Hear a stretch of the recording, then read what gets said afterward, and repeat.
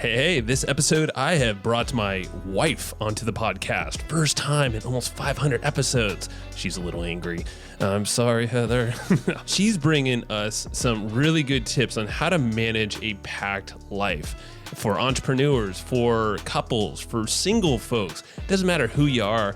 We're going to break down 3 tips on how we have been managing our crazy packed life and also this life full of different business changes, business growth, a toddler in the house. There's been a death in the family. There's been sickness in the family. There's been a lot of stuff. So we're breaking down how we've been managing this and how you can kind of use these actionable tools to form it to however it fits in your life. So let's get into it and chat with my wife, Heather. Hey, I'm Joe Fier, and welcome to the Hustle and Flow Chart podcast. This is where we talk all about building businesses so they give you the freedom and fuel for your life. I'm not here to help you build $1 billion business, but I am here to help you create a business with systems that work for you so you can make more money than you need just by working part-time. You know, I was a chronic hustle mode kind of guy, and I want to share my experiences and mentors I've met along the way to help you reframe things to be the most effective as an entrepreneur. I wish I had this guidance and insight when I was younger, so that's what I'm doing here for you. Please share and enjoy. Hello there. I am back with another episode with my best friend. Hey, her name is Heather Fier. How are you doing today? I'm doing well, and I'm very excited to be here to chat with this amazing community that you have brought together, Joe. So it's been far too long. You have never graced the airwaves of the Hustle and Flow Chart podcast, and it's been nearly 500 episodes. How do you feel about that? I'm not going to lie, you guys. He's been hiding his treasure from you all. It's me. I'm the treasure. No, you are. Seriously, though, it's been mixed emotions at times. So I'm like, come on, guys. I got some good tips. I'm an entrepreneur too. But fair enough that I wasn't on here because we've been pretty busy with our little lady and other things too. Yeah, and life and business and parents who've had some health issues, all sorts of fun things. You know, life is such a grab bag of everything. And we've had a lot of that craziness of life going on lately. So things have luckily slowed down for a minute and I get to hop on the mic with you today. So it's exciting. It is exciting. And yeah, today we want to talk about a lot of things, but you're going to be coming back for more episodes. So this is the first of many to come, and we'll dive into who Heather is a little bit more in future episodes, or maybe just through osmosis of these. But this one, we're going to talk about tips that we have come up with, 3 of them, maybe some bonus ones in there, for managing let's say a busy life, a packed life, a fulfilled life, hopefully, but one that there's just a lot of things going on. And like I've talked about a lot on here, us as entrepreneurs are very motivated. We're very driven, and that can lead us to doing a lot of things, even if the doing is in our brains. So hopefully some of these tips, and Heather has some prepared for us, which I'm excited to learn about. I did not review her notes yet. She is always the one that tames my hustle. I'll just say that. And over the last handful of months, even the handful of years, as you were saying, in business, there's been a lot of shifts. There's been a lot of growth, tons of growth.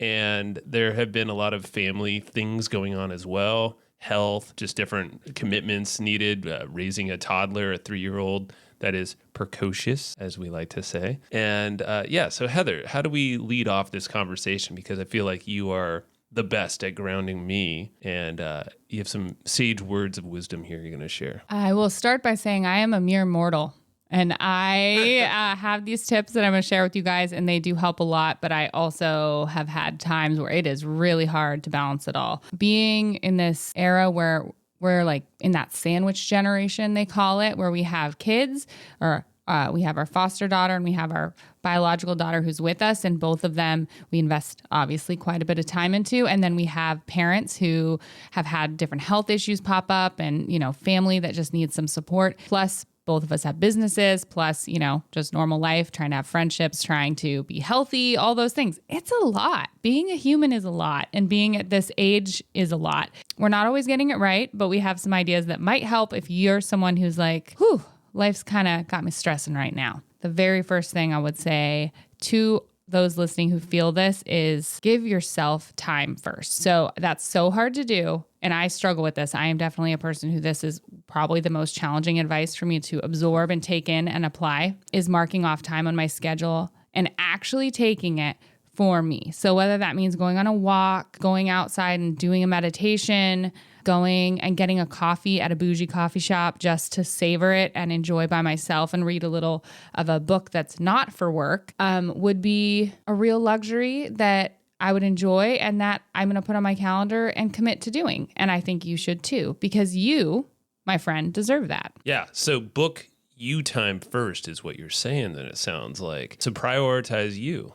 I guess we could be selfish because it starts with us. It's like the airplane mask, oxygen mask concept. Fuel yourself or breathe first and then like figure out what you need, and then you will show up better in the rest of the world. I mean, to other people. So yeah, booking yourself on the count. I think that's smart. Time block some things. Have, almost like create expectations for people like me and around business, other folks. So they're not going to intrude on that time. I mean, it's the fact that you are booking it for yourself. Because I could think of ways to book yourself in like a way like exercise, the way that we do that. Every other day, we have it on the calendar that you're working out in the morning. And then I'm working out. And then you're working out. It's not always happening like that. Yeah, I was going to say, we don't always do it. We have the space in the calendar, but some days it's a bit cold and I don't want to get up and do it then. But what I do commit to in my mind is on those days, I do try to get the workout in at some point. So there's some degree where I'm a mere mortal. I don't do this perfectly. I'm just saying these are things that can help. And for you, the issue might not be getting the workout in. It might just be having space to like take a breath and pause from thinking about all the things on that to-do list. And I think that's really what the point is here, to give yourself that space and that time to be you and just to prioritize yourself. Because like Joe was saying, literally nothing else in your life is going to function without you. You need to be there for the business you're trying to build. You need to be there to support your family with the role that you're in. So if you burn yourself out, if you've got yourself going at a pace where you can't keep doing it, everything else is going to be in a bad way. So taking the time preventatively to give yourself space to avoid hitting burnout and like desperately needing to take that space, that's really what the point is here. And I know for myself, often it's like squeezing this in little tiny moments where to other people, it might not be that big of a deal, but to me it is. So some days if I have a doctor's appointment or something, or I have a meeting, I will go and do the meeting remotely at a coffee shop and stop at like a lake or by the bay and go on a little walk for 30 minutes, an hour, and then go in and do my call. Like I just look at my calendar and I go, okay, here's a little opening of time. What could I do for myself that I will enjoy, that will give me energy and fuel me before jumping into other work or jumping into other activities that are to take care of other people and the family and friends around me. I like that. So it doesn't have to be necessarily structured. It could be look at what we have going on every day and fit some you time in there, some me time in there, and actually do it. Because I think a lot of we have this time, and if we're not disciplined enough with ourselves and looking at our calendar and looking at the time available, we can easily, chop that away and look at some emails or just start mindlessly scrolling Facebook or Instagram or whatever. So I know you've been good at that, deleting those apps off your phone as well. So I like that. Book time for yourself, even if that's not something like every day at 7:00 I'm working out, some time that you're taking for yourself that might be combined with something else. So good one. I like that. So number 2, let's talk about the hell yes or no, right? I think you all probably heard this before. It's not groundbreaking stuff, but just reminding yourself you're allowed to say no to things. First of all, you are not required to do everything. And there are solutions out there to solve some of these things that maybe you have put on yourself. And I will raise my hand as very guilty of this, that around the house, I used to like zoom around like a wild woman, just doing everything instead of asking Joe to help with something or deciding, you know what, maybe I'll just Instacart groceries today. And I was very resistant to it and personally put it on myself as I was a failure for not achieving everything. But truly, the modern world, running a business, having maybe a dual income household and kids and all these levels of things to do, I think if you added up all the things you are supposed to do in air quotes, it is more than a day of time, or you are literally not sleeping. So you have to pick and choose, and you have to offload some of those items. And so I think being able to look at what's on your list and deciding, especially when they're outside their other people's ideas, other people's plans that they came up with, and they're inviting you to the party, so to speak, that you can say no to that. And and people can say no to your ideas too. You got to be okay with this. It's a two-way street,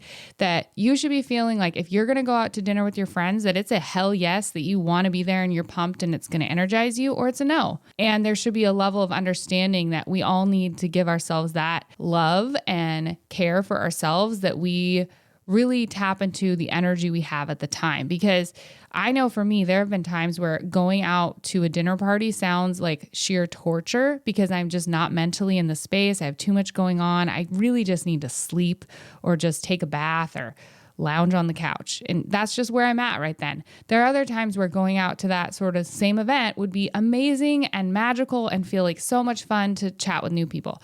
So tapping into your own energy and actually really listening to yourself on that. And if it's not a heck yes, like it's a no, and that's okay. And prioritize what feels good to you. I think that's a great one. I think it was Derek Sivers that said that or popularized that hell yes or no. And the way, as you were just talking there, Heather, I was thinking of in business and how I would get myself in trouble would be packing my calendar too tight with calls or with meetings. It could be meetups too. But whatever it is, I was taking on things thinking that that was something that would further whatever agenda I was after. And like honestly, with the podcast, it invites a lot of that stuff. There's a lot of people that want to come onto the podcast, or they want to talk, or they want to whatever it might be. And there's nothing wrong with that, their agenda and them wanting to do that. But it's for me to filter out, okay, what actually is a hell yes right now? And maybe it's just a maybe later kind of thing for most of these. And there's systems, which and you've helped me kind of produce some intake forms and things that can make it more of a potential hell yes for me. But it doesn't mean it needs to be right now. I've been looking at this as being disciplined and controlling my time as much as possible, and knowing that I have these constraints in my personal life, and knowing that I value those more than hopping on a bunch of calls or going out to meet some person that I just connected with on Facebook for beers or whatever. Because like that can fill all of our days so much. And me being the social butterfly I am, which Heather has always called me out lovingly, I would be fulfilled in the moment by doing those types of things and going on these calls and throwing around ideas. But then I start to look at, okay, how did I actually invest that time? Am I making a financial return from that? Am I feeling fulfilled from doing that in the long run, and how it fits in with my life, both business, personally, all that stuff. So hell yes or no is a filter I've used for a long time. And now more than ever, you have instilled a lot more of this discipline, and really it's more like checking. Hold on. Is that really something that's necessary? Is it a hell yes? No? Oh, okay. Then don't do it. Yeah. And I think to take that even a step further is if you know what your hell yeses are, if you know for you, your health, which should be at the top of the list, if you're not thinking it is, if you don't have your health, it's going to be real hard to do any of the other things you have planned. So health, family, friends, your business, your partner, obviously these core things that really, like if you look at the research on happiness and fulfillment, those are all key critical things to bring a balanced and happy life, that if you figure out what those core things are for you that are your hell yeses, and then you time block those into your calendar. Like put in the time to go get coffee with your partner, put in time to go do something fun each week with your kids. Maybe it doesn't have to cost money. Maybe it's something like just going to a new park or exploring a trail or whatever. But actually putting the time first, because we tend to prioritize and slot time on our schedule for every little business opportunity, for every chat, for minutia of the business that sometimes is beyond what we even need to be worried about. But we don't put time for those things. We often just leave that for the blank space of the day. And so I think putting it on your calendar of I'm going to go do something really freaking fun with my daughter today. And I don't know what it is. I'm going to research that later, but I am blocking this day and 3 weeks off right now to do something really cool. And then you have one, something to look forward to, two, like intentional time set aside where you're going to be without distraction to go and enjoy those really important things in your life. And I find for Joe and I, that really helps. I think if we don't do that, it's just time just slips away. All of a sudden you're like, whoa, where did the day go? Nothing was achieved. Nothing was completed. No, like we didn't get anything. Like no, we had time together, but not like quality time. And I think that's the core thing we're really looking for is like those quality moments where we really focus on each other. We're not distracted with our phones. We're not having other side conversations and all that. It's like we're there. We're really intentional with each other and enjoying just being in the present moment. I like that. And that's something also I'm thinking of before we move to the next thing is it helps set expectations up for not only the other people around you in your life, but I feel like for me, when I have these limits on myself, when I know what my hell yeses and hell nos are, and I'm slotting time on my calendar for the hell yeses, even if it's just time for myself or time to work on something specific, like a project specific thing that's time blocked, where I know I'm not going to let other things in, like an email or someone asking about the podcast, for instance, when I'm working on some of this consulting stuff I'm doing. Like it shouldn't be conflicting because my brain's it's like the expectations just get all a little out of whack if I start to kind of spread things out again, if that makes sense. But yeah, managing my own expectations, but then having someone else like yourself see them help a lot. Your hand is raised. Yes. Hi. I have a question over here. I would say it's even beyond expectations. I think when you try to bounce between tasks, hi, it's me, Heather. I'm a recovering multitasker. Yes, you. Newly recovering. I'm not doing that great at it. I'll admit that. But I try, and I didn't before. I would literally, Joe would walk in, I'd be cooking food, like holding baby Kenna. I'd be writing an email on my phone. I'd be like, have another phone call going. And he's just like, seriously, what are you doing right now? This cannot be effective. You're burning the food. The baby is clearly not happy. You have 50 typos in that email, and the person on the phone is just like, hello, are you there? Yeah, that would be the situation that we are working from. So I've improved from that. And I'm at this point really trying to intentionally not bring my phone out around our daughter because I notice she is now like mimicking it, being like, oh, I need a phone. And I'm like, oh my gosh, I've created this example. So I'm working back from that. And I see that it's something that I need to be intentional about, separating that and giving space to really fully focus on what I'm doing.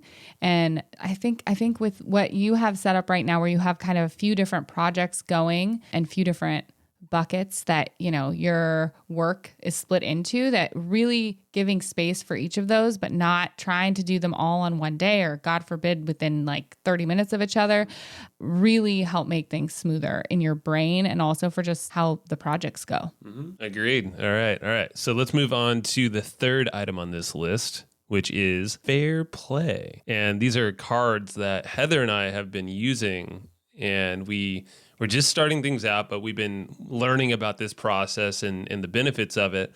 And you can look up these fair play cards. They're actually these physical cards that look like playing cards or something a little bigger. The whole idea is it has different tasks that are common within a household. And these are great for your partner, for you and your partner to essentially review what are on these cards that align with your life and like the ones that don't make sense, obviously discard. Like there's things about having kids, like a newborn and stuff. Well, if that's not the case for you, then toss them out. But the point is, you have these cards in front of you that show these responsibilities and what you can do with your partner. And this goes to expectations. Even it goes to hell yes or no. It goes to giving yourself freedom, back to number one, of booking your own time in between the expected task that you take on. The point is with these fair play cards is that you can actually then choose and agree with your partner. This is the task I'm going to fully own in the house. And this other task that I might have thought I should be helping with or supporting with or somehow getting involved with, you can just let that go. And that's okay because your partner agreed upon that task. And there's this committed thing between the cards and us, I guess, together, the Fair Play cards. And again, we were brand new at this, but already with the cards, it's like this release of expectations of me and this pressure on certain things and a sense of freedom that's been nice to kind of manage a lot of the craziness that goes on in life. Heather, I would like to hear your thoughts. Your hands up. Yes, I will say, y'all, here's the truth. Joe was not excited when I bought these. He seemed a little afraid. Truly, he did. I made him watch the Fair Play documentary, which if you guys have not seen this, if you have a partner, you should go watch this because it is truly like an undertone of every relationship, especially in a household, I would say with kids. It like turns up the heat on the amount of crap there is to do in a day. And there can be a little resentment bubbling underneath for both partners. Sometimes both of you are looking and you're going, hey, you didn't dump the trash. And they're going, you didn't put away the laundry. And like both of you have a little bit of resentment and frustration with each other over tasks, but you've never actually sat down and intentionally discussed like, what does it look like to successfully do the laundry in our house? Like, do you need to iron it? Do you fold it? Are you putting it away? Are you leaving it in the laundry room in a pile? Like, if you're like me, are you leaving it wet in the washer for 2 days and not moving it to the dryer until it's stinky? Mm-hmm. Yeah, that would be how I do it. So I'm not in charge of laundry now. That's mine. Joe's in charge of that one, which is better for everyone. We all smell much fresher now. Basically, it's digging into all that, which I really think when we got this, Joe was scared and was seeing it as like somewhat of an attack from me of like, you aren't doing it enough. We're not doing this well and we got to work through it. But the thing is, it's just stuff we never talked about. And really, it opened that conversation in a very calm way and a very loving way where we can take ownership of things. And I do see what he's saying, that it took pressure off because I think sometimes I would be doing things, I will also admit, with a little bit of a resentful vibe on the undertone sometimes. So he could be sometimes reading that, but other times really not. I would be doing stuff and perfectly content, just taking care of stuff around the house. And I'd see him like nervously be like, let me jump in here, and seeing it just made things uncomfortable sometimes for either of us because we hadn't discussed all this. And it covers everything from yard work to the house maintenance to the bills to, all these different things that are adulting, it's like adulting across the board and making sure all that stuff is divided in a way where you're both comfortable, confident with it. And then what I really love about it is that it talks about how to do the entire process. So instead of it being like, oh, I'm in charge of going to run out to buy one thing of groceries here and there, but like you don't know what's in the pantry. Like I can say, if I sent Joe out, he'd be like, what do we need? And I'd be like, okay, well, see, this is the mental process of going shopping. You got to do all this first, honey, and figure out what you need and then go to the store and buy it and then come back and put it away. So it's like outlining all of that so you don't have a partner jumping in and relying on the other person for bits and pieces of a process, and just makes it easier and cleaner, and like neither person has to be stressed. And I really like too that they noted, if you need help with one of your tasks, ask someone other than your partner. So if I'm in charge of grocery shopping, that is one of my things, then I would not ask Joe to go get something. I would either Instacart it, I would maybe ask my mom to run out and grab it if she's at the store, like hit up any other person who could be a support to me other than Joe, because Joe has his cards. He has his things to do, and I have to get creative on how to fulfill on my things. And then the other thing I thought was really awesome they put in there were a few cards that they don't call them wild cards. They call them like life cards. They're basically like intense, extenuating circumstances. So like getting a new job, having a baby in the house, having a parent who's sick, like these kind of more intense life moments that happen. And if you're holding some of those cards, it basically, the game tells you to give some of your cards to your partner to take on a little bit of your responsibility because you're carrying something heavy in life. And I thought that was really beautiful and shows, in a partnership, how you can support each other and take care of each other, even if you're going out of your comfort zone and taking on some tasks you wouldn't prefer, maybe you're not your best skill set or whatever. This has been huge for us. And I know Joe's audience is a lot of dudes for the most part. So dudes, listen up. You buy this, you bring this home to a partner, they're going to be real happy that you are stepping up and saying, hey, I want to make sure we're stepping up for each other and taking care of each other. and approaching our life together and working on this smoothly and in tandem. So I would recommend that's going to get you some brownie points if you pick these up. Confirmed. It will.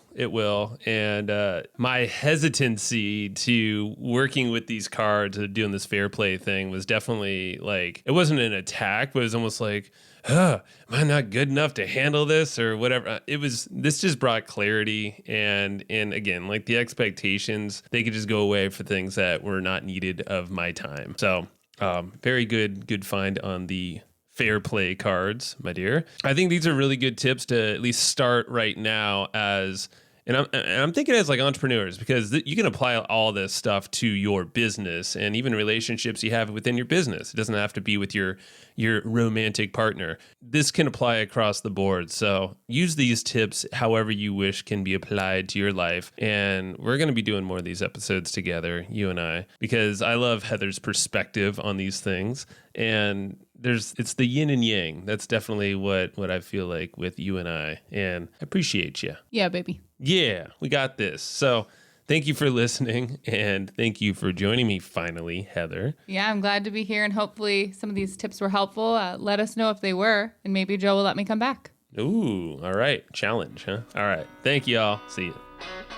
All right. That's what I got for you today. And remember, it's not all about living to work. It's all about working to live, if you need to do the work. But, work can be fun, and it should be fueling for your life. So if you enjoyed what you just heard, if you got some nuggets of wisdom that you want to share, or you're just noodling on right now, please go tell others the way that people find this show and how you can help others get their aha moments is through word of mouth. So if it is telling your friend, telling your family, sending an email to your list, writing a review, or whatever it might be, everything helps. So thank you so much for listening to the Hustle and Flowchart podcast, and I will see you next time.